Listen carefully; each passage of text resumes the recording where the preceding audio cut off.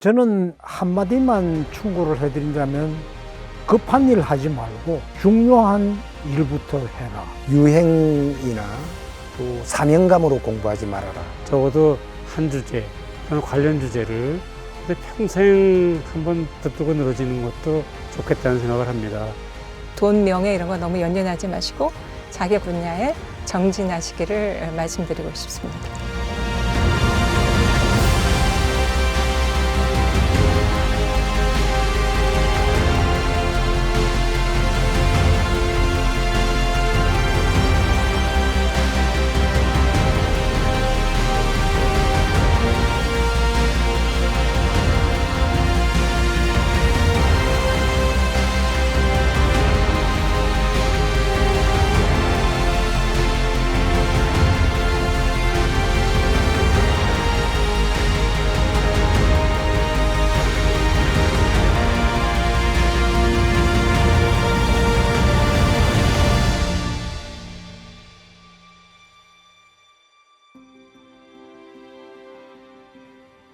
예, 이영조입니다. 저는 서울대학교에서 정치학 공부를 했고요. 한국고등교육재단 해외 유학 장학생 5기로 선발돼서 하버드 대학에서 정치학으로 박사학위를 받았습니다. 귀국 후에는 고려대학교 국제대학원을 거쳐서 경희대학교 국제대학원에서 오랫동안 봉직하다가 2020년에 퇴직했습니다.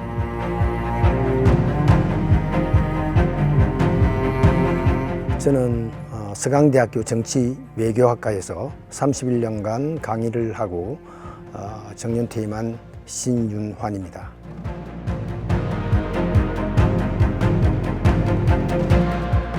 네, 안녕하세요. 저는 이지순입니다. 현재 서울대학교 명예교수, 대한민국 학술원 회원으로 있습니다.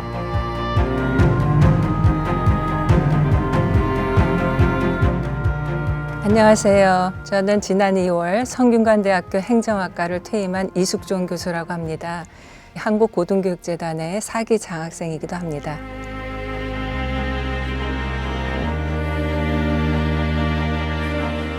저는 정치경제학이라고 해서 정치와 경제가 상호 어떤 영향을 주는지를 살피는 그런 공부를 했습니다. 상이한 다른 지역, 다른 국가들의 정치 경제를 비교하는 걸 주로 많이 했고 국제정치 경제 분야도 연구를 했습니다. 제 연구는 한 80% 정도가 동남아 연구에 집중되어 있습니다. 그 대신 이제 지역 연구라는 분야이기 때문에 동남아에 관해서는 거의 모든 것을 다 연구를 했다고 보면 되죠. 저의 주 관심사는 원래 거시경제이론, 화폐금융론이었었는데 최근 한 10년 사이에는 경제발전론, 다시 말하면 왜 어떤 나라는 잘 살고 어떤 나라는 못 사는가 하는 문제를 연구하는 데 노력을 들이고 있습니다. 조금 연구 분야가 넓은 편인데요. 학교에서는 주로 글로벌 가버넌스, 사회자본, NGO 이런 걸 가르쳤고요. 대외 활동도 많은 편이어서 정책 연구도 많이 했습니다. 굉장히 오래된 이야기인 것 같습니다. 장학생으로 선발된 게 1970년대 말이고 80년대였으니까요. 그래도 아직 기억이 생생합니다. 이제 많은 분들이 다 똑같은 이야기를 하시겠지만 굉장히 이제 소탈하시다 이렇게 이야기하시잖아요. 대기업의 CEO고 하니까 굉장히 권위적이고 그러실 것 같은데 그렇지 않고 굉장히 소탈하셨어요.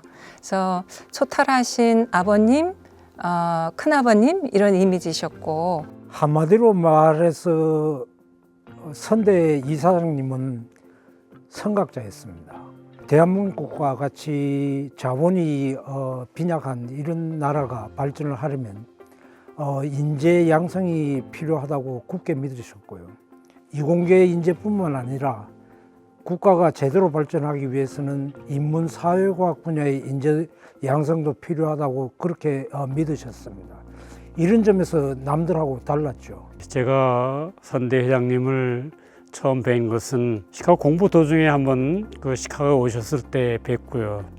귀국 후에도 이제 여러 번 뵀는데 정말 인재 사랑이 남달리 크다는 것을 많이 느꼈습니다.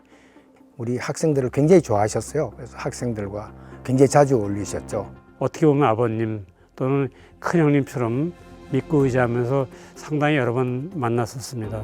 저희들을 자택으로도 초청해서 이런 송이버섯도 구워주시고 식사도 같이 하고 매번 이제 저희한테 큰 꿈을 주기 위해서 말씀하시는데 그 열정 어린 그 온기와 우리한테 꿈을 주려는 것을 굉장히 느낄 수 있었어요. 기억에 남는 건 그 뉴욕 쪽에 오시면 제가 동부에서 공부를 했기 때문에 동부 지구에 있는 유학생들을 다 모았어요. 모아서 그 저녁을 사주시던 기억이 선하고, 그리고 이렇게 자리를 만들면 학생들과 이렇게 토론하는 걸 좋아하셨어요. 주로 경제, 세계 경제나 이 경제학에 관해서 토론하시는 걸 굉장히 좋아하셨죠. 본인도 이제 시카고에서 유학을 하셨기 때문에 학문에 대해서 굉장히 관심이 높으셔서 다양한 주제로 저희 장학생들하고 토론하셨습니다. 당시에 그 한국고등교육재단이 주로 이제 사회과학과 인문 분야, 국학 분야를 지원을 했는데요. 이런 분야에 장학금을 주는 곳은 한국고등교육재단이 당시에 유일했습니다. 이런 점에서 정말 탁월한 분이었다, 탁월한 해안을 가지셨다, 이렇게 생각되고요.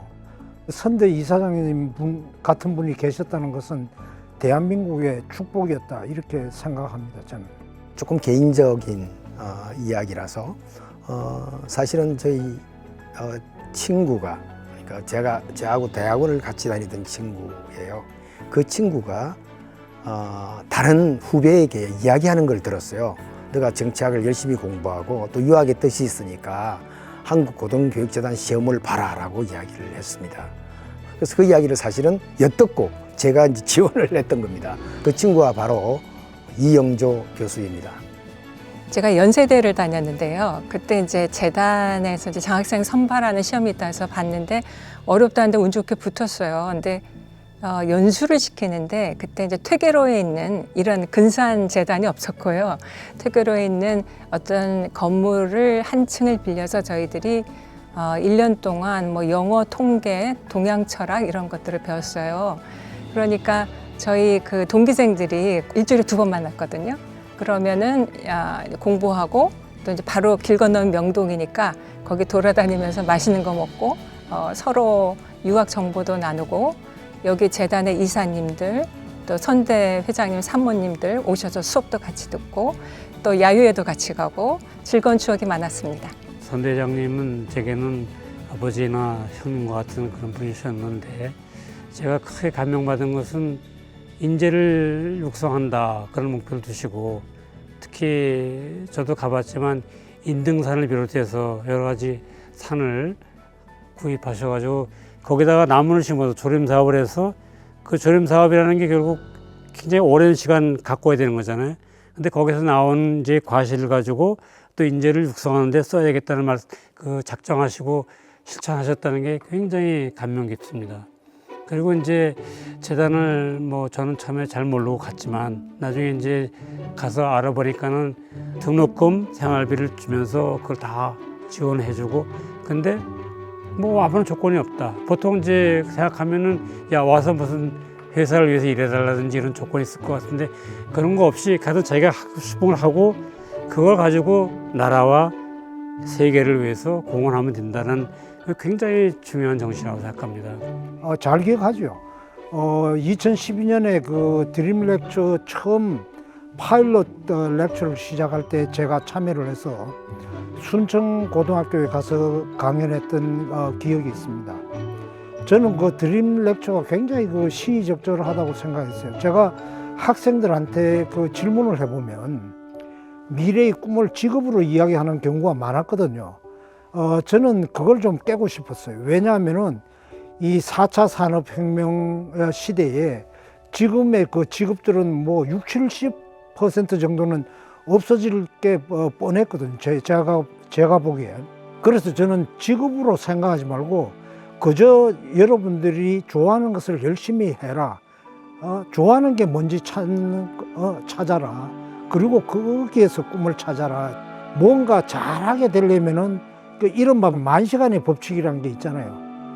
만 시간 동안 연습을 해야 뭔가를 잘할 수 있게 된다는 건데 그러려면 좋아하는 게 아니면 할 수가 없다. 그래서 좋아하는 걸 해라. 제가 그런 이야기를 주로 하고 다녔습니다. 선대 이사장님께서 미래 세대에 갚아야 된다 이런 말씀을 하신 적도 있거든요. 그래서 제가 드림 렉처 취지에 적극적으로 공감하고 참여를 하게 됐습니다. 그 많이 참여했을 뿐만 아니라 학생들의 호응도 좋았기 때문에 저도 이 드림 렉처에 참여하면서 행복했습니다. 우리가 공부를 한다고 그러면 당연히 큰 나라, 잘 사는 나라를 공부하게 되니까 동남아는 생소하죠. 그렇지만 동남아 연구는 굉장히 중요하고 굉장히 필요한 분야예요. 그리고 동남아 연구는 사실은 굉장히 세계적인 스카를 많이 배출한 그런 지역입니다. 우리가 알고 있는 베네딕트 앤더슨, 제임스 스캇, 앤소니 리드 이런 세계적인 학자들이 사실은 동남아 연구에서 다 나왔습니다. 세계적인 성과를 낼 수 있는 게 동남아 연구입니다. 그래서 학생들에게 권하고 싶어요. 이제 지금 60대 중반에서 후반을 들어가고 있으니까 제가 활동할 수 있는 남은 기간에는 사회 발전 아니면은 정부를 돕는 일들이 제법 많은 편인데요. 이제 이런 활동을 제가 좀 건강할 때 더 활발히 하지만 조금 시간이 더 지나면 남은 그 시간은 좀 사회 봉사하고 싶다, 좋은 일 하고 싶다 그런 생각을 하고 있습니다. 제가 못한 게 많이 남아 있는 것 같아요. 아직도 연구도 조금 미진한 것 같고 그런데 제가 지금까지 한 작업 연구들을 조금 쉬운 말로 써서 이제 대중서로 내서 많은 사람들이 읽을 수 있게 하는 게 저희 목표입니다. 저는 2020년에 일선에서 물러나서 은퇴를 했는데요. 머리가 굳어지고 생각이 굳어지는 나이였기 때문에 적절한 은퇴였다고 생각을 합니다. 그럼에도 불구하고 다른 한편에서는 제가 그동안 쌓은 경험이나 지식이 상당하기 때문에 혹시라도 이런 게 필요한 분들이 계시다면 제가 아낌없이 나누어 드릴 생각입니다. 너무 사람들이 경제학을 어려운 걸로 생각하고 재미없다고 생각하거든요. 그건 정말 눈높이를 낮춰가지고 쉽게 비교적 재미있게 쓰려고 노력한 책인데 그 일반인들을 위해서 책을 썼는데 한번 읽어보시면 좋을 것 같습니다. 그런 책을 쓰는 게 제 이제 아마 중요한 과업일 것 같고요. 제 건강에 허락하는 한 제가 배운 거를 조금 있다면 남들한테 나눠주는 거를 좀 하고 싶은데 그런 기회를 좀 만들고 싶습니다. 새로움이라고 할까요? 새로운 것을 찾아가는 여행이라고 표현하고 싶습니다. 그래서 아마 지역 연구를 했고 동남아 연구를 하지 않았나 이렇게 생각을 하고 저는 아직도 못 해본 가지 않은 곳이 많아서 남은 인생도 힘이 있다면 또 그렇게 보내고 싶어요. 쉽지 않은 질문인데요. 우리 속담에 그런 거 있잖아요. 구슬이 서말이라도 껴야 보배다. 남다른 재주들을 많이 가졌는데도 주변에 기대할 만큼 성취를 이루어내지 못한 것 같아요.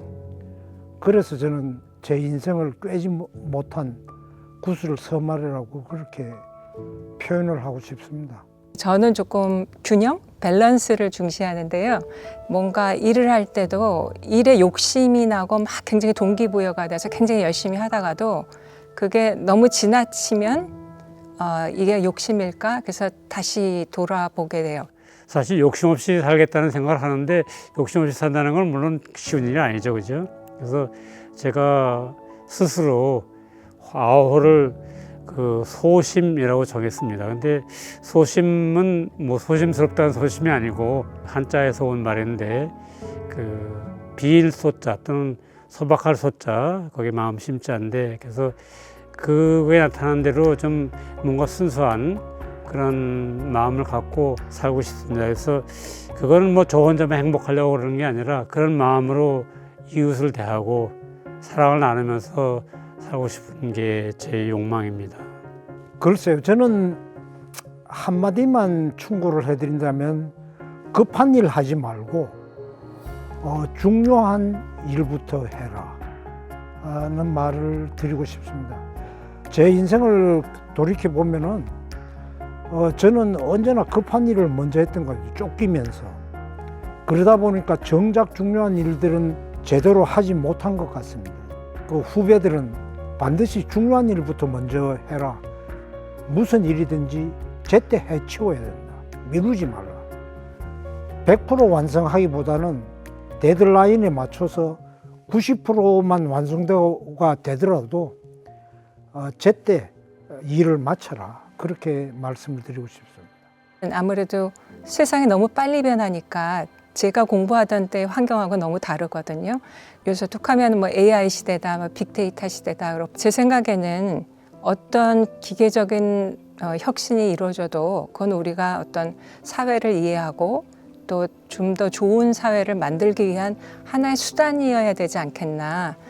공부를 통해서 얼마든지 다양한 사회 활동에 파생 상품도 생기기 때문에 돈, 명예 이런 거 너무 연연하지 마시고 자기 관심 분야에 정진하시기를 말씀드리고 싶습니다.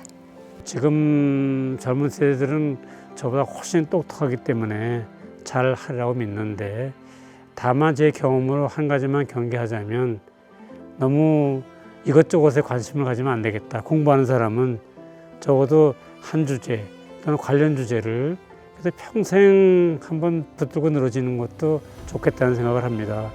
제가 그런 말씀을 드리는 이유는 여러 사람들이 이것도 해라 저것도 하다가 불려다니다 보니까는 사실 제대로 공부를 못한 점이 있거든요. 그래서 그런 거를 좀 무시하고 정말 열심히 공부하는 그런 자세를 가졌으면 좋겠다고 생각합니다. 학생들에게 꼭 하고 싶은 말은 유행이나 또 사명감으로 공부하지 말아라 라고 이야기를 하고 싶어요. 사명감도 없이 또 지금 중요한 것을 어떻게 무시하고 공부를 할 수 있느냐, 연구를 할 수 있느냐라고 할지 모르지만 너가 재밌는 것을 해라. 너에게 흥미를 주는 것을 해라. 그렇게 항상 이야기를 합니다. 제가 보기에는 어떤 주제, 어떤 분야에 좀 이렇게 미쳐 있는 그런 학생들, 그런 학자들이 훨씬 연구 성과가 좋다라고 보아왔기 때문에 너가 재밌는 것, 너를 흥미롭게 하는 것을 연구하게 되면 거기에 몰입할 수 있고 성과가 굉장히 좋아진다. 저는 이렇게 이야기를 해요. 그리고 자기에게 재미있는 걸 연구하는 것은 일생 동안 연구를 계속할 수 있다. 이런 장점이 있다라고 이야기를 합니다.